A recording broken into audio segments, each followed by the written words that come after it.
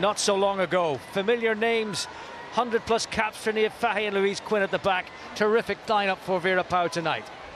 Yeah, it's a good lineup. I think the only kind of question mark was with Megan Campbell out on that left side of centre back, who would go in, and Megan Connolly obviously has slotted in there before, and we see her slot in there as well. France kick-off, a match refereed by an Englishman, Kirsty Dowell, who took charge of the English Women's FA Cup final last year. Farrelly, lovely little touch and on goes Carusa. Offside flag goes up, and that's a close call. That won't count, sadly, but that was wonderful play by Sinead Farrelly. What a leap. Yeah, she done really well to get a touch on it, didn't she? I think when you see them going back, you can hear the crowd kind of getting a little bit of a lull because it's gone backwards, but it worked well.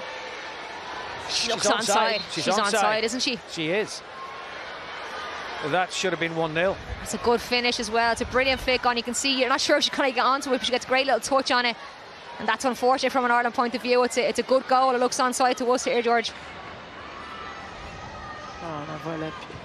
Elle revient, elle donne ce ballon en profondeur et c'était bien anticipé. Elle était vigilante. Megan Connolly, c'est bien travaillé. Pauline Perromagnan qui s'impose.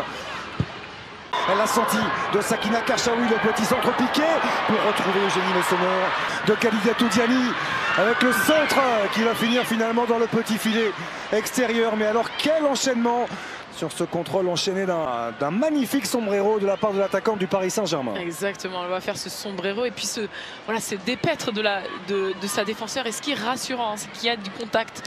C'est la Montpelliéraine, le centre en retrait. Oh, Selma Bacha était là. Et le ballon qui vient ricocher sur Courtney Brosnan.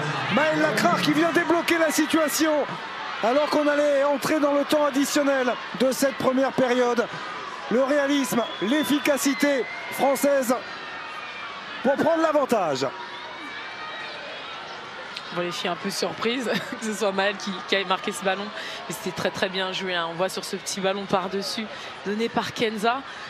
On la voit, hein. C'est sa première montée de cette première mi-temps. Elle crochette parfaitement, donne ce ballon en retrait. Et cette fois-ci, c'est pas Eugénie, hein, mais c'est Selma qui vient frapper ce ballon. Ou en tout cas la défenseur, et Maëlle avait bien suivi, hein, c'est pas simplement contenté.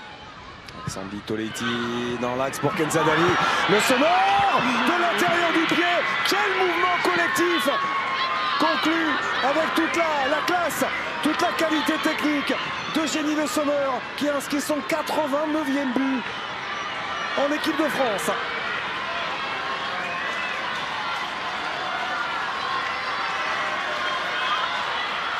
On revoit sa appui remise, Sakina qui temporise, Sandy qui lève la tête, on la connaît pour ça. Eugénie Le Sommer, l'excellent déplacement et la très bonne sortie de Courtney Brosnan.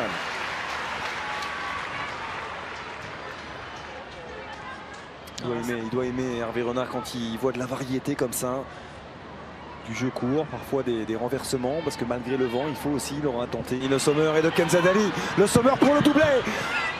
Ce sera le petit filet extérieur finalement. Il y a encore un superbe échange entre Kenza Dali et l'attaquante de l'OL. C'était bien joué de la part d'Eugénie. Elle était venue contrer ce ballon, venue défendre. Et après, elle avait eu cette bonne remise. Hein. Une fois de plus, c'est Kenza qui lui donne ce petit ballon, qui vient glisser ce ballon juste devant la défenseur qui est, elle, à plat. Donc qui est étonnée de... En ce début de deuxième période, Kenza Dali pour tirer ce corner vers Wendy Renard. C'est Maëlle Lacrar qui s'offre un doublé pour sa 3e sélection avec l'équipe de France. Que l'histoire est belle. 3-0 pour les Bleus grâce à la défenseur du Montpellier. Super bien joué. On a du mal à croire qu'il y a but puisqu'en fait dans le stade personne ne réagit. Mais magnifique, on la voit, elle vient de loin. Elle sort de son marquage et boum, on remet le ballon d'où il vient. Toujours l'importance, Laura, d'arriver lancée dans ses surfaces de réparation. Elle le prouve une nouvelle fois, Maëlle Lacrar, équipe de France.